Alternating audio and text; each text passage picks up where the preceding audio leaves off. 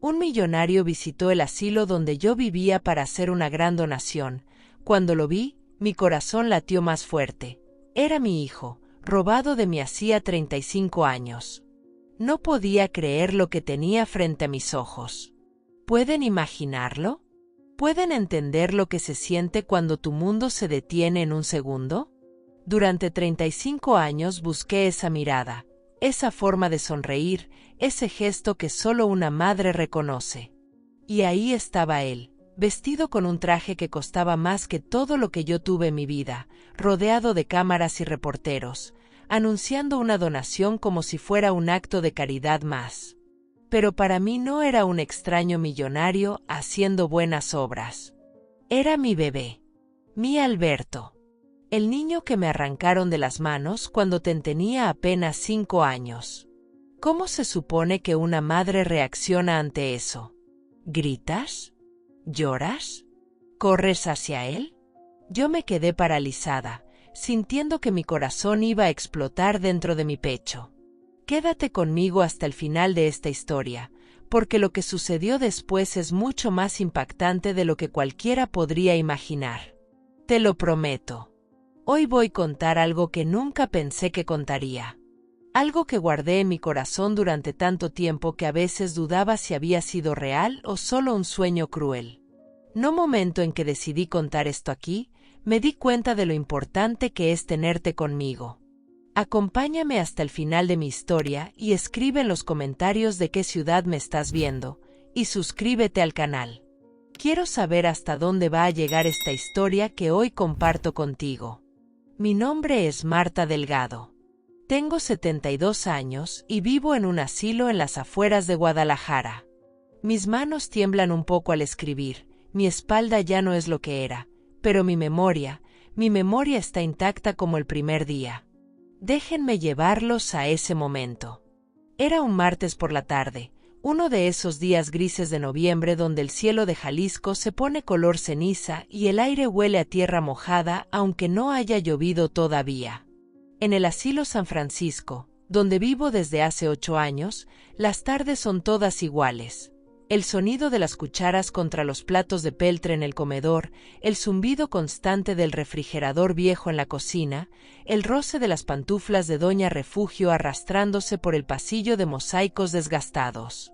Ese día, la directora, la señora Campos, una mujer de unos 50 años con lentes gruesos y permanente en el cabello, nos reunió en el salón principal.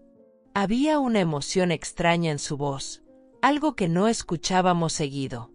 Señoras, señores, dijo con ese tono formal que usaba cuando venían visitas importantes, hoy tendremos el honor de recibir a un empresario muy reconocido de la ciudad. El señor Alberto Fuentes viene a anunciar una donación importante para nuestro asilo. Alberto Fuentes. Ese nombre me atravesó como un cuchillo. Mi Alberto se llamaba Alberto. Pero claro, es un nombre común en México. Miles de Albertos hay en este país. No podía ser él. Mi hijo tendría 40 años ahora. Había desaparecido cuando tenía 5. Las probabilidades eran inexistentes. Nos pusieron en fila, como niños en la escuela. Yo estaba en la segunda fila, entre Doña Chelo que huele a colonia de violetas y Don Arnulfo que siempre trae su bastón con mango de madera tallada. El salón olía a pino del desinfectante que usan para limpiar los pisos y a ese aroma dulzón del café aguado que nos daban en las mañanas. Entonces se abrió la puerta principal. Entraron primero 2 hombres con cámaras, después una mujer joven con una tableta electrónica en las manos, y finalmente él. Alto. Traje gris oscuro perfectamente cortado. Camisa blanca sin una arruga. Zapatos negros tan brillantes que reflejaban la luz de los tubos fluorescentes del techo. Cabello negro peinado hacia atrás con algunas canas en las sienes. 40 años. Tal vez 42. Pero no fue su ropa elegante lo que me detuvo el corazón. Fueron sus ojos. Esos ojos color café con pequeñas motas doradas cerca de las pupilas. Esos ojos que yo había visto por última vez llenarse de lágrimas mientras gritaba mamá, entre la multitud de la feria del pueblo. Mis rodillas se aflojaron. Tuve que sujetarme del hombro de doña Chelo para no caer. Ella me miró preocupada. ¿Estás bien, Marta? No pude responder. Mi garganta se había cerrado completamente. Sentía el pulso en mis oídos, un golpeteo sordo que ahogaba todo lo demás. El hombre comenzó a hablar. Voz grave, segura, la voz de alguien acostumbrado a que lo escuchen. Hablaba de responsabilidad social, de retribuir a la comunidad, de la importancia de cuidar a nuestros adultos mayores. Palabras bonitas, bien ensayadas. Pero yo no escuchaba las palabras. Yo veía el lunar pequeño debajo de su oreja izquierda. Yo veía la forma en que sus manos se movían al hablar, con ese gesto nervioso de tocarse el pulgar con el dedo índice. Yo veía la pequeña cicatriz en su ceja derecha. Tú que me estás escuchando, ¿alguna vez has tenido esa sensación de que el mundo se detiene? Como si todos los demás siguieran moviéndose pero tú estuvieras congelada en el tiempo, atrapada en un momento que es demasiado grande para tu cuerpo, demasiado intenso para tu mente. Alberto, susurré, tan bajito que ni yo misma estaba segura de haber hablado. Pero él me escuchó. Sus ojos recorrieron la sala y se detuvieron en mí. Por un segundo brevísimo que pareció durar una eternidad, nuestras miradas se encontraron. Vi algo en su rostro. Una confusión. Una pausa. Como cuando ves a alguien y piensas te conozco de algún lado pero no sabes de dónde. La señora Campos comenzó a presentarnos uno por uno. Cuando llegó mi turno, di un paso adelante. Mis piernas temblaban tanto que pensé que iba a caer ahí mismo, frente a todos, sobre esos mosaicos fríos que tantas veces había limpiado con mi propio trapeador cuando hacía labores en el asilo para sentirme útil. Ella es la señora Marta Delgado, dijo la directora con ese tono mecánico de las presentaciones formales. Él extendió su mano. Una mano grande, fuerte, con un reloj de oro en la muñeca que debía costar más que todo lo que yo poseía. Cuando mis dedos tocaron los suyos, sentí una corriente eléctrica recorrerme el brazo. Mucho gusto, señora, dijo educadamente. Yo no solté su mano. Lo miré directo a los ojos, a esos ojos que había soñado durante 35 años, y dije, ¿Betito?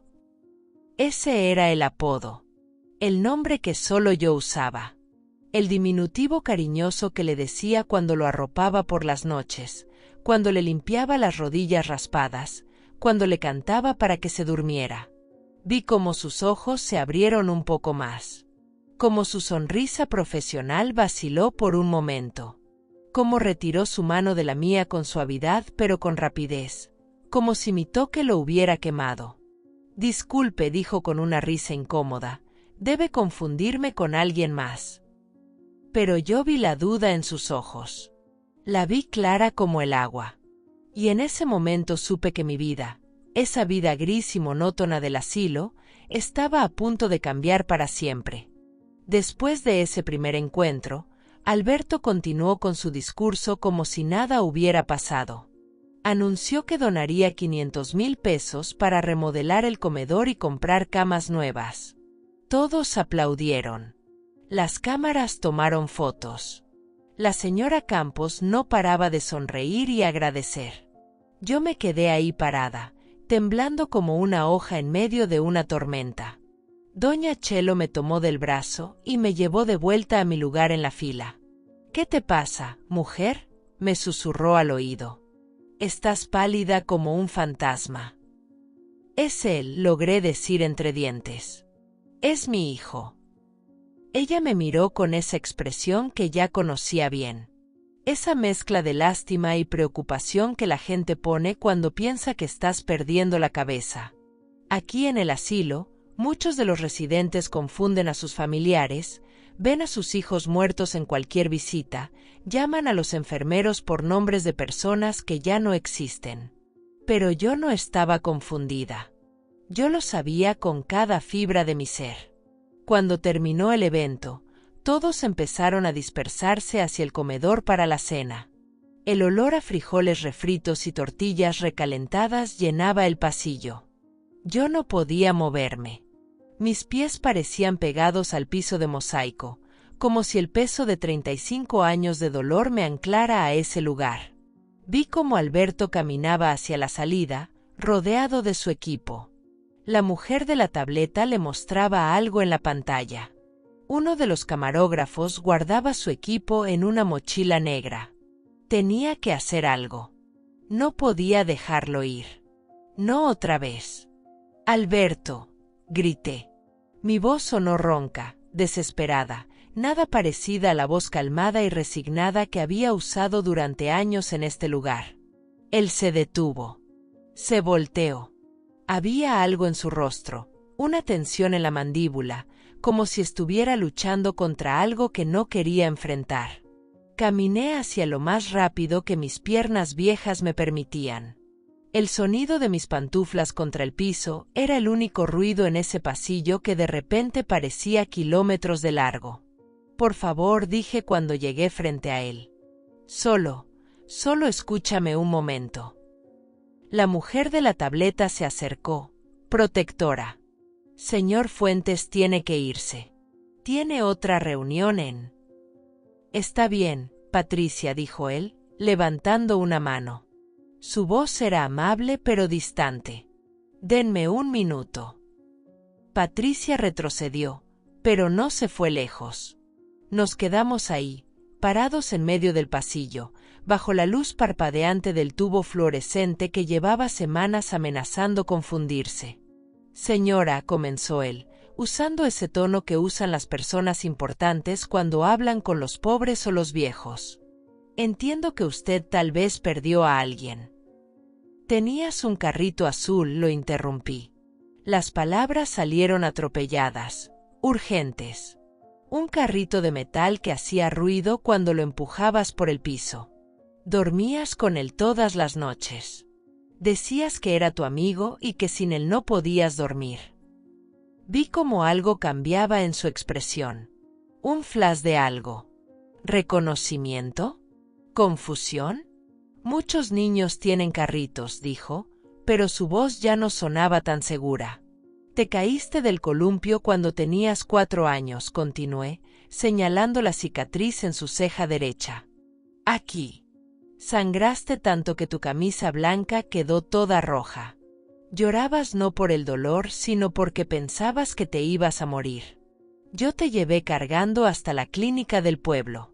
Te cosieron 6 puntos. El doctor Ramírez. ¿Lo recuerdas?» Alberto se pasó la mano por la cara. Un gesto de cansancio o tal vez de incomodidad. «Señora, yo no sé qué quiere que le diga». «Quiero que me digas si recuerdas algo». Mi voz se quebró.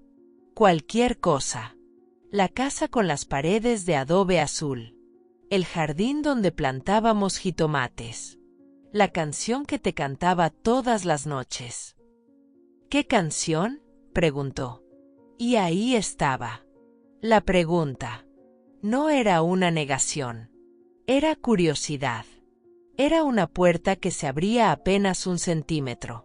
Cerré los ojos y comencé a cantar, muy bajito, casi en un susurro. «Duérmete mi niño, duérmete mi sol, duérmete pedazo de mi corazón». Es una canción que mi madre me cantaba a mí, y yo te la cantaba a ti, mi amor. Cada noche. Sin falta. Cuando abrí los ojos, vi que Alberto tenía la mano en su pecho. Como si algo le doliera ahí. Como si algo dentro de él estuviera tratando de despertar. «Yo», comenzó, pero se detuvo. Sacudió la cabeza. «Mis padres son Ernesto y Magdalena Fuentes. Viven en Bosques de las Lomas. Tengo certificado de nacimiento, fotografías, una vida entera documentada». «Esa no es tu vida», dije con firmeza. «Esa es la vida que te dieron después de robarte de la mía». ¿Has sentido alguna vez que estás diciendo la verdad más grande de tu vida y nadie te cree? Es como gritar bajo el agua. Puedes ver a las personas arriba, en la superficie, pero tu voz no llega a ningún lado. Patricia se acercó otra vez.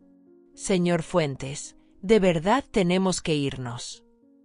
Alberto asintió, pero antes de voltearse, me miró una vez más. Había algo en esos ojos. Dolor. Confusión. Tal vez miedo. ¿Cómo se llamaba?, preguntó de repente. Su hijo. ¿Cómo se llamaba? Alberto, respondí con la voz temblando. Alberto Delgado. Naciste el 15 de marzo. Pesaste 3 kilos 200 gramos. Eras mi único hijo. Mi único tesoro. Él se quedó en silencio por un momento que pareció eterno. Luego sacó una tarjeta de su bolsillo del saco y me la extendió. Sí, si tiene alguna información, alguna prueba, puede contactarme aquí. Tomé la tarjeta con manos temblorosas. Era gruesa, elegante, con letras doradas que decían: Alberto Fuentes, Director General, Grupo Fuentes Desarrollos Inmobiliarios. Y entonces se fue. Lo vi caminar hacia la puerta de vidrio, atravesar el jardín donde las bugambilias rojas trepaban por la cerca oxidada, subirse a un auto negro brillante que debía costar más que todo el asilo completo. Me quedé ahí parada, aferrando esa tarjeta como si fuera el objeto más valioso del mundo. Porque en cierto modo, lo era. Era la primera conexión real con mi hijo en 35 años.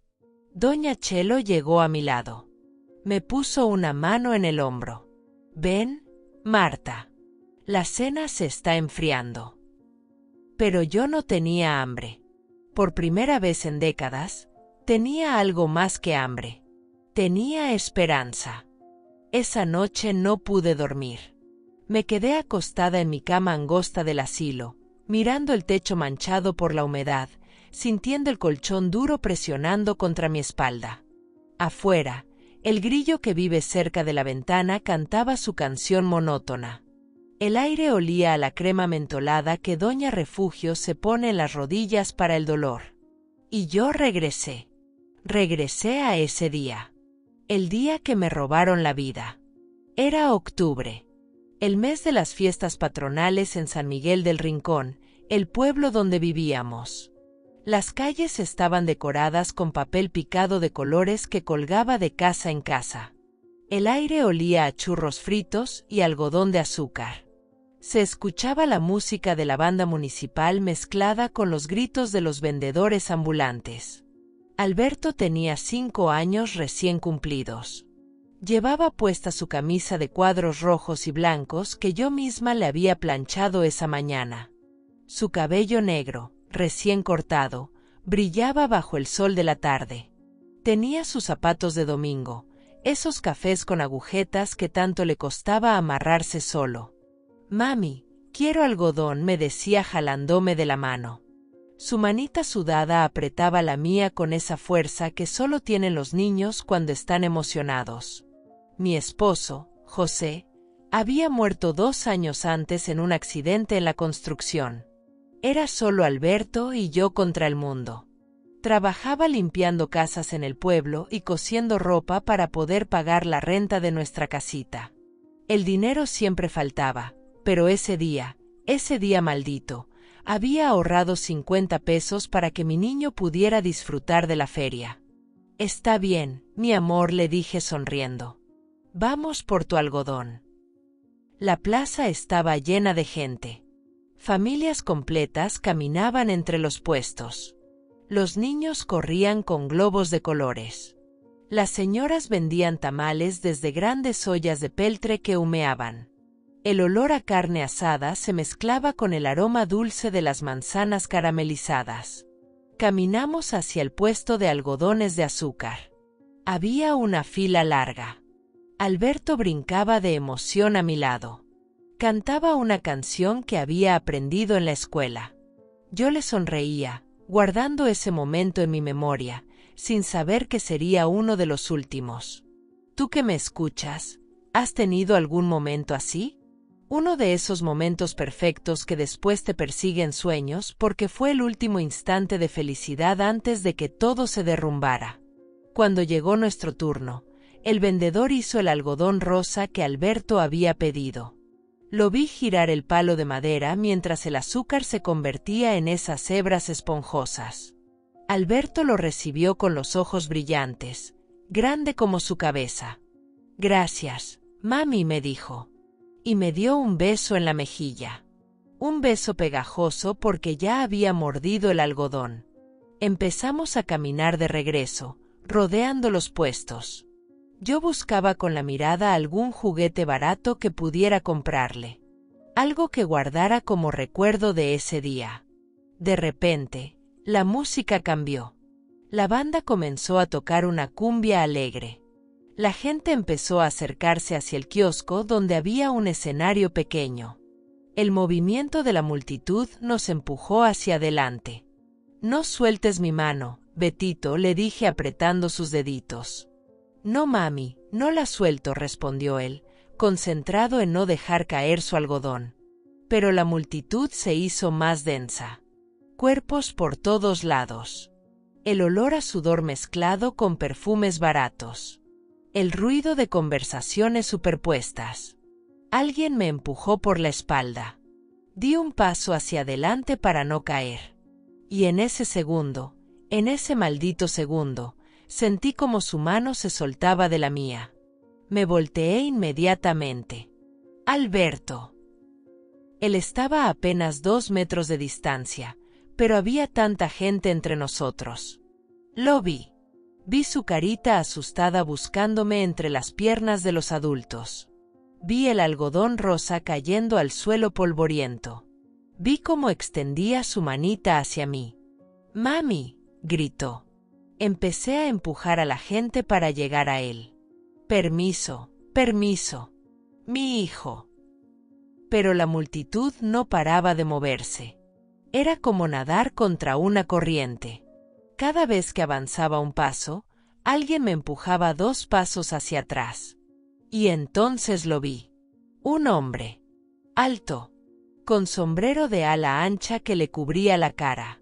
Se agachó junto a Alberto. Le dijo algo al oído. Alberto negó con la cabeza. El hombre señaló hacia algún lugar entre la multitud. «No, Alberto. No vayas», grité con todas mis fuerzas. Pero mi voz se perdió en el ruido de la música y las conversaciones. Logré abrirme paso entre 2 señoras gordas que bloqueaban mi camino. Cuando llegué al lugar donde había visto a mi hijo apenas segundos antes, ya no estaba. «Alberto», grité. «Alberto». Empecé a correr entre la gente como loca. Miraba entre los puestos, detrás de las mesas, debajo de las lonas. Preguntaba a todo el mundo. ¿Vieron a un niño? Camisa de cuadros rojos. 5 años. ¿Lo vieron? Algunos me miraban con lástima. Otros negaban con la cabeza. La mayoría me ignoraba, más interesados en sus churros y sus cervezas que en una madre desesperada. Seguí buscando mientras caía la noche. Las luces de la feria se encendieron. Esas bombillas de colores que antes me parecían alegres ahora parecían burlonas, iluminando mi pesadilla. El olor a comida me daba náuseas. La música que antes era festiva ahora sonaba como una tortura. A las 10 de la noche fui a la delegación.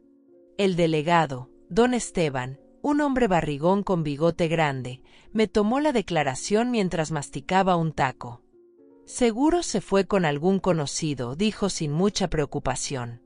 «Los niños hacen eso. Mañana aparece». Pero yo sabía. Una madre siempre sabe. Mi hijo no se había perdido. Mi hijo había sido robado. Pasé toda esa noche caminando por el pueblo, golpeando puertas, gritando su nombre hasta quedar sin voz. Cuando salió el sol al día siguiente, yo seguía buscando. Y así pasaron los días, las semanas. Los meses. Los años. 35 años buscando. 35 años preguntándome qué le habrían hecho a mi niño. Si estaba vivo. Si me recordaba. Si alguien lo cuidaba bien o si sufría. Ahora, acostada en esta cama del asilo, con la tarjeta de Alberto sobre mi pecho como si fuera una medalla sagrada, entendía que mi búsqueda no había terminado. Apenas estaba comenzando. Los días después del encuentro con Alberto fueron extraños. Me despertaba cada mañana tocando la tarjeta que guardaba bajo mi almohada, asegurándome de que no había sido un sueño. El papel grueso entre mis dedos era la única prueba de que mi hijo estaba vivo, de que lo había encontrado. Pero algo me carcomía por dentro. Una pregunta que no podía ignorar. ¿Cómo había llegado mi hijo a una familia rica? ¿Quién lo había llevado ahí? En esos días, mientras lavaba los platos del desayuno en el asilo, sentía el agua tibia corriendo entre mis dedos y mi mente viajaba otra vez al pasado. A los meses después de la desaparición. A Roberto. Roberto era el hermano menor de mi esposo José. 3 años menor, para ser exactos. Siempre había sido el problema de la familia. El que nunca terminaba nada. El que siempre pedía dinero prestado y nunca lo devolvía. José lo ayudaba porque era su sangre, pero yo nunca confié en él. Cuando José murió, Roberto apareció en el funeral con traje nuevo. Eso debió haberme parecido raro entonces, pero estaba tan sumida en el dolor que no presté atención. El olor a flores marchitas del velorio. El sonido del llanto de las vecinas. El sabor amargo del café que alguien me obligó a tomar. Después de la desaparición de Alberto, Roberto venía seguido a visitarme. Traía tortillas, a veces un poco de dinero. Se sentaba en la silla de madera de la cocina, la que crujía con cada movimiento, y me decía que no perdiera la esperanza. Ya verás, cuñada, decía mientras encendía un cigarro. El humo llenaba la cocina pequeña. El niño va a aparecer. Estas cosas pasan y los niños siempre regresan. Pero había algo en su voz. Algo que nunca supe identificar entonces. Ahora, décadas después, lo reconozco, era culpa. ¿Alguna vez has conocido a alguien que te dice exactamente lo que quieres escuchar, pero algo en tu estómago te dice que no le creas? Ese era Roberto. Un día, como 3 meses después de la desaparición, llegó con noticias. Tenía información de alguien que había visto a un niño parecido a Alberto en Zapopan, en casa de una familia. Pero necesito dinero para investigar, me dijo. Para pagar transportes, para hablar con la gente correcta. Yo le di todo lo que tenía ahorrado. 300 pesos que había juntado limpiando casas hasta que me dolían las rodillas. Él se fue prometiendo que volvería con noticias. Nunca volvió con nada. Cuando lo busqué semanas después, me dijeron que se había mudado a Guadalajara, que tenía un negocio nuevo, que le estaba yendo muy bien. ¿Cómo podía estarle yendo bien cuando su sobrino estaba desaparecido? Esa pregunta me quemaba, pero no tenía respuestas. Ahora, sentada en el pequeño jardín del asilo donde a veces vengo a pensar, viendo las hormigas cargar pedacitos de hojas por el piso de cemento, las piezas comenzaban a encajar. Roberto desapareció justo cuando Alberto desapareció. Roberto de repente tuvo dinero. Roberto nunca más preguntó por el niño. Marta, ¿estás bien? La voz de doña Chelo me sacó de mis pensamientos. Ella se sentó a mi lado en la banca de hierro oxidado. Traía su rosario en las manos, las cuentas gastadas por años de rezos. Estoy recordando, le dije. Ese hombre que vino el otro día, dijo ella bajito. ¿De verdad crees que es tu hijo? No era una pregunta. Era una afirmación. Lo es, respondí con firmeza. Lo sé como sé que mi corazón late. Como sé que el sol sale cada mañana. Doña Chelo suspiró. El aroma a violetas de su colonia llegó con la brisa tibia de la tarde. ¿Y qué vas a hacer? Esa era la pregunta, ¿verdad? ¿Qué hace una mujer de 72 años, sin dinero, viviendo en un asilo, contra un hombre poderoso y su familia rica? Voy a decirle la verdad, respondí. Aunque no quiera escucharla. Aunque me llamen loca. Aunque me cierren la puerta en la cara. Saqué la tarjeta del bolsillo de mi vestido floreado. La había tocado tanto que las esquinas ya estaban dobladas. Había un número de teléfono impreso en letras pequeñas. Esa tarde, después de la cena de sopa de fideos aguada y pan duro, pedí permiso para usar el teléfono de la oficina de la señora Campos. Ella me miró con desconfianza, pero asintió. El teléfono era uno de esos viejos de disco, negro, pesado. El cable enroscado olía a plástico calentado por el sol que entraba por la ventana. Marqué los números con manos temblorosas. Cada sonido del disco al regresar a su lugar sonaba como un tambor en mis oídos. Sonó una vez, 2 veces, 3 veces. Oficinas de Grupo Fuentes, buenas tardes. Era una voz femenina, joven, profesional. Busco al señor Alberto Fuentes, dije. Mi voz sonaba pequeña, vieja, insignificante. ¿De parte de quién? Marta. Marta Delgado. Nos conocimos en el asilo San Francisco. Hubo una pausa. Escuché el sonido de teclas de computadora. Un momento, por favor. Me puso música de espera. Una melodía instrumental insípida. Pasaron minutos que parecieron horas. Mis piernas empezaban a temblar de estar de pie tanto tiempo. Finalmente, la voz regresó. El señor Fuentes está en reunión todo el día. ¿Gusta dejar un mensaje?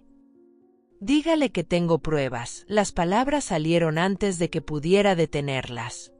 Dígale que sé quién lo robó. Otra pausa. Esta más larga. ¿Perdón? Solo dígale eso. Él va a entender. Colgué antes de que pudiera responder. Mi corazón latía tan rápido que tuve que sentarme en la silla de la señora Campos. El asiento de plástico estaba frío contra mis piernas. ¿Había hecho lo correcto? ¿O acababa de espantar a mi hijo para siempre? Esa noche, acostada en mi cama, escuchando los ronquidos de Doña Refugio en la habitación de al lado, supe que no había vuelta atrás. Había abierto una puerta que llevaba 35 años cerrada. Y del otro lado podía estar la verdad que cambiaría todo. O podía estar el rechazo que me destrozaría por completo. Pasaron 3 días sin noticias. 3 días en los que cada vez que sonaba el timbre de la entrada del asilo, mi corazón daba un salto. 3 días mirando por la ventana del comedor, esperando ver ese auto negro brillante estacionarse frente al portón. El 4.º día llegó. Era jueves por la tarde. Yo estaba ayudando a doblar las sábanas recién lavadas en el cuarto de servicio. El olor a cloro y suavizante barato llenaba el espacio pequeño. Mis manos trabajaban automáticamente, doblando esquinas, alisando arrugas, mientras mi mente estaba en otro lugar. Señora Marta, la voz de Lupita, una de las enfermeras jóvenes, me hizo levantar la vista. «Tiene visita». El corazón se me subió a la garganta. ¿Quién? Un señor. Está esperando en la sala de visitas. Dejé caer la sábana que tenía en las manos. Mis dedos temblaban tanto que no pude recogerla. Doña Chelo, que doblaba sábanas a mi lado, me tocó el brazo. «Ve», me dijo suavemente. «Ve con tu hijo». Caminé por el pasillo sintiendo que mis piernas no me pertenecían. El piso de mosaico reflejaba la luz de la tarde que entraba por las ventanas altas. Podía escuchar el televisor en el salón principal, donde algunos residentes veían su telenovela. Cuando llegué a la sala de visitas, ahí estaba. Alberto. de pie junto a la ventana, mirando hacia el jardín donde las bugambilias rojas crecían salvajes contra la cerca. No traía traje esta vez. Vestía pantalón de mezclilla oscuro y camisa blanca con las mangas enrolladas. Se veía más joven así, más humano. «Señora Marta», dijo cuando me vio entrar. Su voz sonaba cansada. «Alberto», respondí. No sabía si debía llamarlo hijo todavía. No sabía si tenía ese derecho después de tantos años. Nos quedamos ahí parados, mirándonos. El silencio era tan denso que podía escuchar el zumbido del ventilador viejo en el techo. «Me dijeron que usted llamó», comenzó él. «Que dijo tener pruebas». Asentí. «Tengo pruebas. Las tengo aquí», me toqué el pecho, el corazón. «Y aquí», me toqué la frente. Él suspiró y se sentó en una de las sillas de plástico. El mueble crujió bajo su peso. Yo me senté frente a él. Entre nosotros había una mesita baja con una planta de plástico cubierta de polvo. «Mire, señora», dijo pasándose las manos por el cabello. «No sé qué es lo que usted quiere. Dinero tal vez». «No quiero tu dinero», lo interrumpí. Las palabras salieron más duras de lo que pretendía. «Quiero que recuerdes». ¿Recordar qué? Yo tengo una familia. Tengo recuerdos de mi infancia. Tengo fotografías, certificados. ¿Recuerdas tu primer día de escuela? La pregunta lo detuvo. Parpadeó confundido. ¿Qué? Tu primer día de escuela. ¿Lo recuerdas? Él frunció el ceño. Claro. Fue en el colegio americano. Mi madre me llevó. Lloré porque no quería quedarme. ¿Qué edad tenías? 6 años. Exacto, dije inclinándome hacia adelante. 6 años. Porque antes de eso no hay nada, ¿verdad? No hay recuerdos claros. Solo imágenes borrosas que tus padres te ayudaron a construir con sus historias. Vi cómo su mandíbula se tensaba. Había tocado algo. Los niños no recuerdan mucho de antes de los 6, dijo defensivamente. Algunos sí, respondí. Recuerdan momentos importantes. ¿Tú recuerdas algo de cuando tenías 5 años? 4. Él guardó silencio. Sus ojos se movían como buscando algo en su memoria. Aproveché ese silencio. Tenías miedo a la oscuridad. No podías dormir sin una luz. Yo te dejaba encendida una vela en un platito rojo sobre el buró. Eso no prueba nada. Te encantaban las quesadillas de flor de calabaza, pero solo si la tortilla estaba bien doradita. Si estaba pálida, no la comías. Vi cómo tragaba saliva. Un gesto nervioso. El día que cumpliste 4 años, continué, te regalé un globo amarillo. Lo amarramos al pie de tu cama. En la madrugada explotó y te despertaste gritando. Corriste a mi cuarto llorando. Dormiste conmigo el resto de la noche. Para, dijo él. Su voz sonaba estrangulada. Pero yo no podía parar. 35 años de silencio querían salir todos a la vez. Tenías un lunar en la espalda. Aquí señalé mi propia espalda, lado izquierdo, justo debajo del omóplato. Tiene forma de corazón pequeño. Alberto se quedó muy quieto. Demasiado quieto. Como esas estatuas de sal de las que hablan en la Biblia. ¿Cómo? Comenzó. Porque te bañé 1000 veces. Te curé 1000 raspones. Te arrullé 1000 noches. Porque eres mi hijo. Él se levantó bruscamente. La silla casi se cae hacia atrás. Comenzó a caminar por la sala. Sus zapatos golpeaban el piso con pasos largos e inquietos. No puede ser, murmuraba. No puede ser verdad. ¿Por qué es tan difícil de creer?, pregunté. Mi voz sonaba calmada, pero por dentro era un volcán. ¿Por qué es más fácil creer que toda tu vida es real que aceptar que tal vez te mintieron? Se detuvo frente a la ventana. Vi su reflejo en el vidrio. Tenía los ojos cerrados, las manos apretadas en puños. Si lo que dice es verdad, habló sin voltear a verme, entonces toda mi vida es una mentira. Mis padres son mentirosos. Mi nombre es mentira. Yo soy una mentira. No, me levanté y caminé hacia él. Quería tocarlo, abrazarlo, pero sabía que era demasiado pronto. Tú no eres una mentira. Eres mi hijo. Eres Alberto Delgado, que fue robado y convertido en Alberto Fuentes.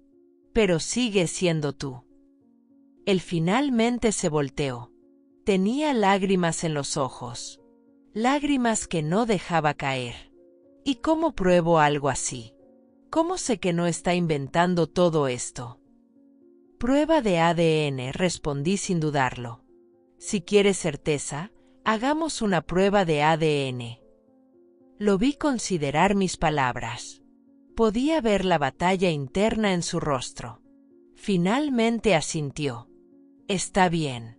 Haremos la prueba. Pero si sale negativa, necesito que me deje en paz. De acuerdo. Y si sale positiva, dije mirándolo directo a los ojos, necesito que me ayudes a encontrar al hombre que te robó de mí. La prueba de ADN se hizo 2 días después en un laboratorio privado del centro de Guadalajara. Alberto mandó a su chofer a recogerme. Un hombre serio de uniforme oscuro que no habló durante todo el trayecto. Yo iba en el asiento trasero de ese auto que olía a cuero nuevo y ambientador de pino, mirando por la ventana como la ciudad pasaba frente a mis ojos. En el laboratorio, una enfermera con guantes azules me pasó un hisopo por dentro de la boca. El algodón raspó contra mi mejilla. Alberto estaba en otra sala haciendo lo mismo. No nos vimos ese día.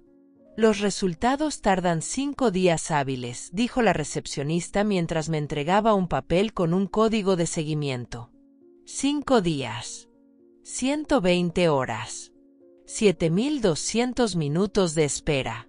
Regresé al asilo y traté de mantener mi rutina normal. Pero nada era normal. Doña Chelo me miraba con preocupación cada vez que me veía picotear la comida sin apetito. Don Arnulfo me preguntaba si me sentía mal porque yo, que siempre participaba en las pláticas, ya no decía palabra. Las noches eran peores. Me acostaba mirando el techo manchado, contando las grietas en el yeso mientras mi mente repasaba cada posibilidad. ¿Y si me equivocaba? ¿Y si solo era una vieja loca aferrándose a un parecido? ¿Y si los años de dolor me habían hecho ver lo que quería ver?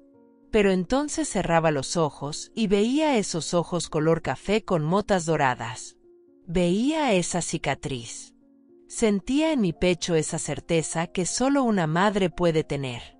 El día que debían llegar los resultados amaneció lluvioso. El cielo de Guadalajara estaba gris y pesado. Las gotas golpeaban contra las ventanas del asilo como dedos impacientes. El aire olía a tierra mojada y ozono. Yo estaba en el comedor fingiendo desayunar un pan dulce cuando Lupita entró corriendo. Traía el teléfono inalámbrico de la oficina. Señora Marta, es para usted. Mis manos temblaban tanto que casi tiro el teléfono. Me lo llevé al oído. Mi voz apenas salió. Bueno. Señora Marta, era Alberto. Su voz sonaba rara, temblorosa. Los resultados llegaron. Mi corazón dejó de latir. O tal vez latió tan rápido que dejé de sentirlo. ¿Qué? Hubo un silencio largo. Podía escuchar su respiración entrecortada al otro lado de la línea. Podía escuchar el ruido de papeles. Podía escuchar mi propia sangre corriendo por mis oídos. 99.9% de probabilidad, dijo finalmente. Eres mi madre. El teléfono se me resbaló de las manos. Cayó al piso de mosaico con un ruido sordo. Doña Chelo corrió hacia mí pensando que me había desmayado. Pero no me había desmayado. Estaba llorando. Llorando como no había llorado en 35 años. Lloraba por el niño perdido. Por los años robados. Por las noches de insomnio. Por cada cumpleaños que pasé imaginando cómo estaría creciendo. Por cada Navidad sin él. Por cada Día de las Madres sintiéndome vacía. Lloraba por todo eso y también lloraba de alivio. Porque no estaba loca. Porque mi corazón no me había mentido. Porque mi hijo estaba vivo. Alberto llegó al asilo 1 hora después. Entró a la sala de visitas empapado por la lluvia. Su camisa blanca pegada al cuerpo. El cabello goteando agua sobre sus hombros. Y en sus manos traía el sobre con los resultados. Me lo extendió sin decir palabra. Yo lo tomé con manos que todavía temblaban. Saqué las hojas, llenas de números y porcentajes que no entendía del todo. Pero ahí, resaltado en amarillo, estaba lo único que importaba: relación materno-filial confirmada. Mamá, dijo él. La palabra salió quebrada. Como si le doliera pronunciarla. Como si fuera nueva en su boca pero antigua en su corazón. Yo no pude hablar. Solo abrí mis brazos. Y mi hijo, mi Alberto, que ahora era un hombre de 40 años, se dejó caer en ellos como el niño de 5 que una vez fue. Lloramos juntos. Su cuerpo grande sacudido por sollozos. Mi mano acariciando su cabello como había hecho 1000 noches cuando era pequeño. No sé cuánto tiempo estuvimos así. El mundo afuera siguió moviéndose, pero nosotros nos quedamos congelados en ese abrazo que llevaba 35 años esperando. Cuando finalmente nos separamos, él se limpió la cara con el dorso de la mano. Tenía los ojos rojos e hinchados. Se veía destruido. Se veía perdido. No sé qué hacer ahora, admitió. No sé quién soy. Eres mi hijo, le dije tomando su rostro entre mis manos. Eso es lo único que importa. Pero ellos... Se le quebró la voz. Los Fuentes. Mis padres. Me mintieron toda mi vida. No eran tus padres, dije con firmeza. Eran tus captores disfrazados de familia. Vi cómo esas palabras lo golpeaban. Como si cada sílaba fuera una piedra contra su pecho. Porque era cierto. Y la verdad duele más que cualquier mentira. Hay algo más que necesitas saber, le dije. Era el momento. El momento de contarle sobre Roberto. Sé quién te robó. Sé quién te vendió a esa familia. Él levantó la vista. Había rabia en sus ojos ahora. Rabia mezclada con dolor. ¿Quién? Tu tío Roberto. El hermano de tu padre verdadero. Mi cuñado. Vi cómo procesaba la información. Cómo la incredulidad se convertía en comprensión. En rabia pura. ¿Dónde está?, preguntó. Su voz era fría ahora. Controlada. Peligrosa. No lo sé, admití. Desapareció después de robarte. Pero con tus recursos podemos encontrarlo. Alberto asintió lentamente. Se puso de pie. Caminó hacia la ventana.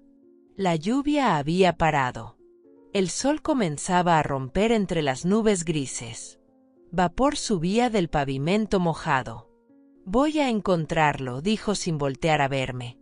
Y cuando lo haga, va a pagar por lo que nos hizo. Y en ese momento supe que mi hijo no solo había regresado a mí. Había regresado diferente. Había regresado con un propósito. Ya no éramos solo madre e hijo reencontrados. Éramos aliados en una búsqueda de justicia. Alberto me pidió que lo acompañara. Quería que estuviera ahí cuando confrontara a los Fuentes. Necesitaba que viera con mis propios ojos cómo se desmoronaba la mentira que habían construido durante 35 años. Fuimos en su auto. Yo iba callada en el asiento del pasajero, viendo cómo las calles de Guadalajara se transformaban.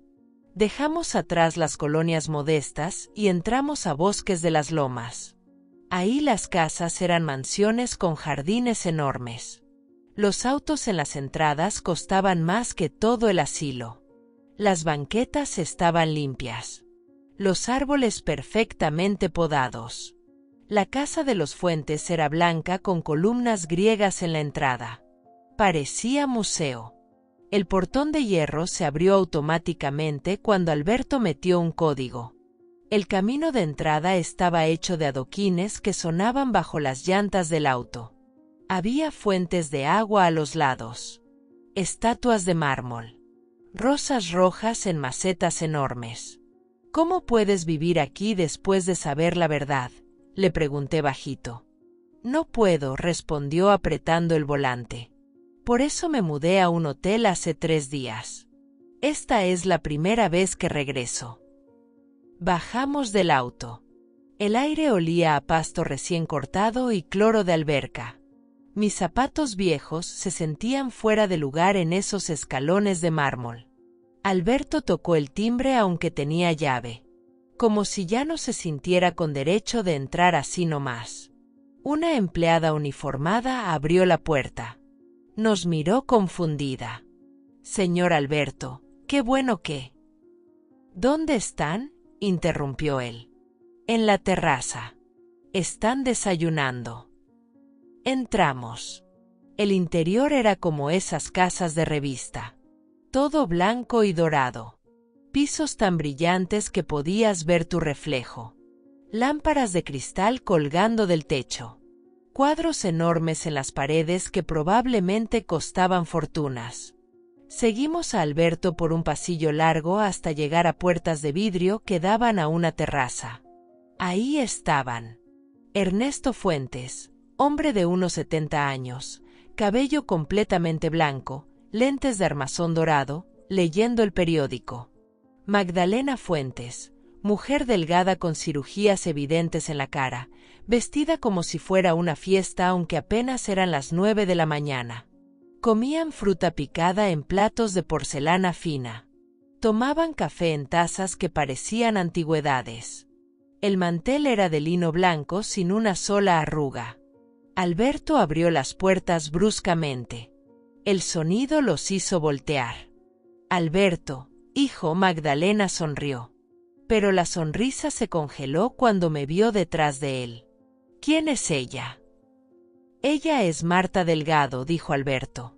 Su voz era dura como piedra. Mi madre. El periódico de Ernesto cayó al piso. Magdalena se puso pálida bajo todo ese maquillaje. Alberto, no sé de qué hablas, comenzó Ernesto poniéndose de pie. ¿No? No sabes de qué hablo. Alberto sacó los papeles del laboratorio de su bolsillo. Los aventó sobre la mesa. Cayeron encima de las fresas y el melón. Prueba de ADN. 99.9%. Ella es mi madre biológica. Así que díganme, ¿quiénes son ustedes? Magdalena comenzó a llorar. Pero sus lágrimas se veían falsas. Practicadas. Como actriz de telenovela barata. Nosotros te amamos, sollozó. Te dimos todo. ¿Todo?, gritó Alberto. La rabia finalmente explotó. ¿Me dieron todo? Me robaron mi vida. Me robaron mi identidad. Me robaron a mi madre. Ernesto se acercó a él con las manos levantadas. Gesto de paz que no engañaba a nadie. Cálmate, hijo. Deja que te expliquemos.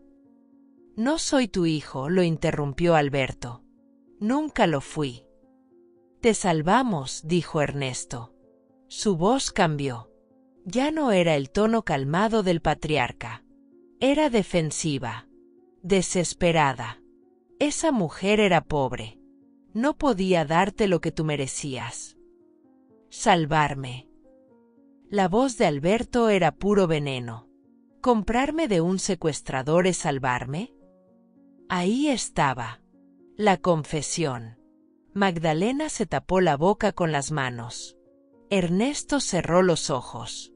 Silencio culpable es también una respuesta. ¿Cuánto pagaron?, preguntó Alberto. ¿Cuánto vale un niño de 5 años en el mercado negro? No fue así, intentó Magdalena. ¿Cuánto?, rugió Alberto. 500,000 pesos, admitió Ernesto finalmente.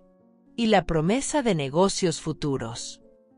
Yo sentí que las piernas me fallaban. Tuve que sostenerme del marco de la puerta. 500,000 pesos. Eso era lo que valía mi hijo para ellos. Eso era lo que habían pagado para destruir mi vida. ¿Y Roberto?, pregunté. Mi voz sonaba lejana como si viniera de otra persona. ¿Qué negocios le dieron a Roberto? Ernesto me miró por primera vez realmente. Sus ojos me evaluaron, decidiendo cuánta verdad podía decir. Contratos de construcción, dijo finalmente. Permisos. Contactos. Lo convertimos en hombre rico. Mientras yo me moría buscando a mi hijo, dije. Las palabras salían frías, duras. Mientras yo perdía mi casa, mi salud, mi cordura. Ustedes le daban fortunas al hombre que nos destruyó. No sabíamos que él lo había robado, dijo Magdalena rápidamente. Nos dijo que eras adicta, que maltratabas al niño, que era mejor para él. Mentiras, la interrumpí. Todo mentiras que ustedes quisieron creer porque les convenía. Alberto caminó hacia la mesa. Tomó su taza de café. La miró por un momento. Luego la estrelló contra el piso. El sonido de la porcelana rompiéndose fue como un disparo. El café se esparció por el mármol blanco. Quiero que me digan dónde está Roberto, dijo. Ahora. No sabemos, respondió Ernesto. Hace años que no tenemos contacto con él. Mienten. Es verdad, insistió Magdalena. Después de entregarte, desapareció. Tomó su dinero y se fue. Nunca volvimos a verlo. Alberto los miró largamente, buscando la mentira en sus rostros. Yo también los miraba. Y veía miedo. Miedo genuino de perder todo lo que habían construido sobre el dolor de otros. Tienen 24 horas, dijo Alberto finalmente. 24 horas para encontrar a Roberto o para empacar sus cosas. Porque esta casa, esta empresa, todo lo que tienen a mi nombre, se termina. Los voy a destruir como ustedes destruyeron a mi madre. Salimos de ahí. Alberto temblaba de rabia. Yo de algo más profundo. Satisfacción. Después de 35 años, alguien finalmente peleaba por mí. 2 semanas después, Alberto encontró a Roberto. No fue difícil. Con dinero y contactos, cualquier persona puede ser encontrada. Roberto vivía en Puerto Vallarta, en un departamento frente al mar que había comprado con el dinero de su traición. Tenía 68 años ahora. Dueño de 2 restaurantes en la zona turística. Una vida cómoda construida sobre mi sufrimiento. Alberto llegó al asilo en la mañana. Traía café y pan dulce. Nos sentamos en el jardín bajo la sombra de un árbol de mango. Las cigarras cantaban en las ramas. El aire olía a tierra caliente y flores de bugambilia. Lo encontré, dijo sin preámbulos. Vive en Vallarta. Tiene familia. 2 hijos. 3 nietos. Sentí algo retorcerse en mi estómago. Roberto tenía nietos. Había vivido una vida completa mientras yo me marchitaba en un asilo. Había visto crecer a sus hijos mientras el mío me fue arrebatado. ¿Cuándo vamos?, pregunté. Mañana. Ya compré los boletos de avión. Esa noche no dormí. Me quedé mirando el techo pensando en qué le diría. Había ensayado ese momento 1000 veces en mi cabeza durante 35 años. Pero ahora que estaba cerca, las palabras se me escapaban. El vuelo fue corto. 1 hora en un avión donde Alberto me consiguió asiento en primera clase. La azafata me trató como si fuera alguien importante. Me ofreció champaña que no tomé. Mi estómago estaba cerrado. Puerto Vallarta nos recibió con calor húmedo y olor a sal. Rentamos un auto y manejamos hasta el departamento de Roberto. Era un edificio moderno de 5 pisos pintado de amarillo. Tenía vista al malecón. Las olas rompían contra las rocas abajo. Subimos por el elevador. Mis piernas temblaban. Alberto me sostenía del brazo. Llegamos al piso 4. Departamento 412. Puerta de madera con número dorado. Alberto tocó el timbre. Esperamos. Podía escuchar música dentro. Una cumbia vieja. El tipo de música que Roberto siempre escuchaba cuando visitaba nuestra casa hace décadas. La puerta se abrió. Y ahí estaba. Roberto. Más viejo. Más gordo. Con el cabello completamente blanco y una barriga que se asomaba por debajo de su camisa floreada. Llevaba sandalias y shorts. Tenía un vaso de cerveza en la mano. Nos miró confundido primero. Luego sus ojos se abrieron grandes cuando me reconoció. El vaso se le resbaló de las manos. Se estrelló contra el piso. La cerveza se esparció sobre las baldosas blancas. Marta susurró. Su voz sonaba como si hubiera visto un fantasma. Hola, Roberto, dije. Sorprendentemente calmada. ¿Me recuerdas? Él miró a Alberto. Vi el momento exacto en que lo reconoció también. En que sumó 2 más 2. En que entendió que su secreto había sido descubierto. Yo puedo explicar, comenzó. Explica entonces, dijo Alberto empujando la puerta y entrando. Yo lo seguí. El departamento era bonito. Muebles de piel. Televisión enorme. Ventanas grandes con vista al océano. Fotos familiares en las paredes. Roberto sonriendo con sus hijos. Con sus nietos. Una vida feliz en cada imagen. Roberto retrocedió. Sus manos temblaban. Miren, lo que pasó hace tantos años. ¿Qué pasó, Roberto? Lo interrumpí. Cuéntanos qué pasó. Él se dejó caer en el sillón. Se veía pequeño de repente. Como animal acorralado. Necesitaba dinero, admitió. Su voz era un susurro. Tenía deudas. Gente peligrosa me buscaba. Los Fuentes me ofrecieron una salida.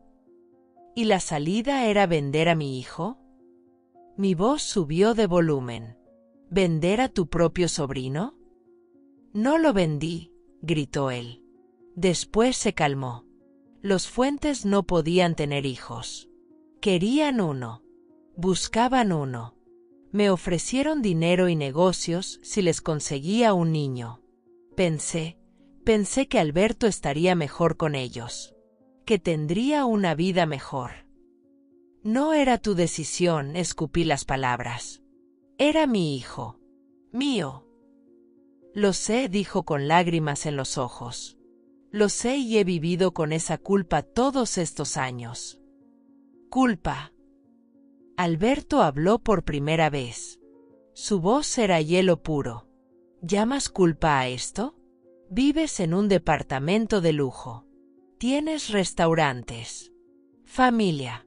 ¿Dónde está la culpa en todo eso? Roberto se limpió la cara con las manos. Traté de compensar. Doné dinero. Ayudé a gente pobre. ¿Y eso te hace sentir mejor? Pregunté. ¿Dar limosnas te absuelve de destruir mi vida? Él no respondió. Solo lloraba. Lágrimas de cocodrilo que no me conmovían. ¿Cómo lo hiciste? Preguntó Alberto.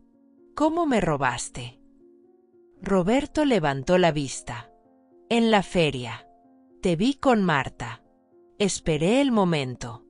Cuando la multitud los separó, te tomé. Te dije que tu mamá me había mandado a buscarte.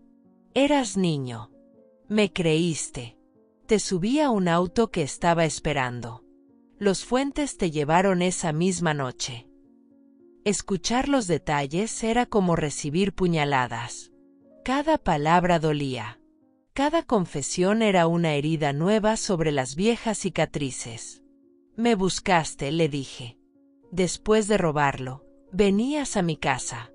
Me decías que me ayudarías a encontrarlo. Necesitaba asegurarme de que no sospecharas de mí, admitió. Y también quería ver cómo estabas. Mentiroso, escupí. Querías regodearte en mi dolor. Roberto seguía sentado en ese sillón de piel, encogido como un trapo viejo. Las lágrimas corrían por su cara arrugada, pero yo no sentía nada. Ni lástima, ni satisfacción. Solo un vacío grande donde antes había rabia. Alberto sacó su teléfono. Voy a llamar a la policía. Vas a pagar por lo que hiciste. Roberto levantó la vista. Había pánico en sus ojos. Por favor. Tengo familia. Nietos. Si me meten a la cárcel. ¿Y yo? Exploté. Las palabras salieron como lava de un volcán. ¿Yo no tenía derecho a ver crecer a mi hijo? ¿A conocer sus sueños? ¿A estar en sus cumpleaños, en sus graduaciones, en los momentos importantes de su vida? Tú me robaste 35 años. 35 años que nunca voy a recuperar. Me acerqué a él. Lo miré directo a los ojos. Esos ojos que alguna vez pensé que eran de familia. Que creí que podía confiar. Cada noche durante 35 años me acosté preguntándome si mi hijo estaba vivo, dije. Mi voz temblaba, pero no de miedo. De furia contenida durante décadas. ¿Tenía frío? ¿Tenía hambre? ¿Lloraba por mí? ¿Me recordaba? Esas preguntas me comieron viva. Me enfermé. Perdí mi casa. Terminé en un asilo porque ya no tenía fuerzas ni para vivir sola. Lo siento, sollozó Roberto. Lo siento tanto. Tu perdón no vale nada, le dije. No cambia lo que hiciste. No me devuelve el tiempo perdido. Alberto seguía con el teléfono en la mano, mirándome, esperando mi decisión, porque esta decisión era mía. Yo era quien había sufrido más. Yo era quien tenía derecho a decidir el castigo. Pensé en llamar a la policía, en ver a Roberto esposado, en verlo pagar con años de cárcel. La idea me daba una satisfacción oscura. Justicia finalmente servida. Pero entonces miré las fotos en las paredes. Sus nietos sonriendo. Niños inocentes que no tenían culpa de los pecados de su abuelo. ¿Tenían que sufrir ellos también? ¿Has estado alguna vez en ese punto donde tienes todo el poder de destruir a alguien y tienes que decidir si lo usas? Es más difícil de lo que parece. Quiero que les digas, dije finalmente, a tu familia, a tus hijos, a tus nietos. Quiero que sepan qué clase de hombre eres. Quiero que sepan que su vida cómoda fue construida sobre el robo de un niño. Roberto palideció. Eso los destruiría. Como tú me destruiste a mí, respondí sin emoción. Tienes una semana. Una semana para confesar o nosotros lo haremos por ti. Y créeme, nuestra versión será mucho peor. Y el dinero, añadió Alberto. Todo lo que ganaste de los Fuentes. Cada peso. Lo vas a donar. A asilos. A orfanatos. A lugares que ayudan a familias que perdieron niños. Eso es todo lo que tengo, protestó Roberto débilmente. Exacto, dijo Alberto. Así sabrás cómo se siente perderlo todo. Salimos de ese departamento sin mirar atrás. Bajamos por el elevador en silencio. El aire acondicionado zumbaba sobre nuestras cabezas. Cuando salimos a la calle, el sol de Vallarta nos golpeó. El olor a mar era fuerte. Las gaviotas gritaban sobre nuestras cabezas. Caminamos por el malecón. Las olas rompían contra las rocas salpicando espuma blanca. Turistas paseaban comiendo helados y tomando fotos. El mundo seguía girando como si nada hubiera pasado. Como si nosotros no acabáramos de cerrar un capítulo de 35 años. ¿Por qué no llamaste a la policía?, preguntó Alberto después de un rato. Me detuve. Miré el océano. Tan grande. Tan inmenso. Tan indiferente a nuestros dramas humanos. Porque la venganza no me va a devolver lo que perdí, dije. Roberto va a vivir el resto de su vida sabiendo que su familia lo ve diferente. Ese es un castigo peor que cualquier cárcel. Alberto me miró con algo en los ojos. Admiración tal vez. Oh, sorpresa. Eres más fuerte de lo que pensé. No soy fuerte, admití. Estoy cansada. Cansada de cargar rabia. Cansada de dolor. Quiero usar el tiempo que me queda para algo mejor. ¿Cómo qué? ¿Cómo conocerte?, dije tomando su mano.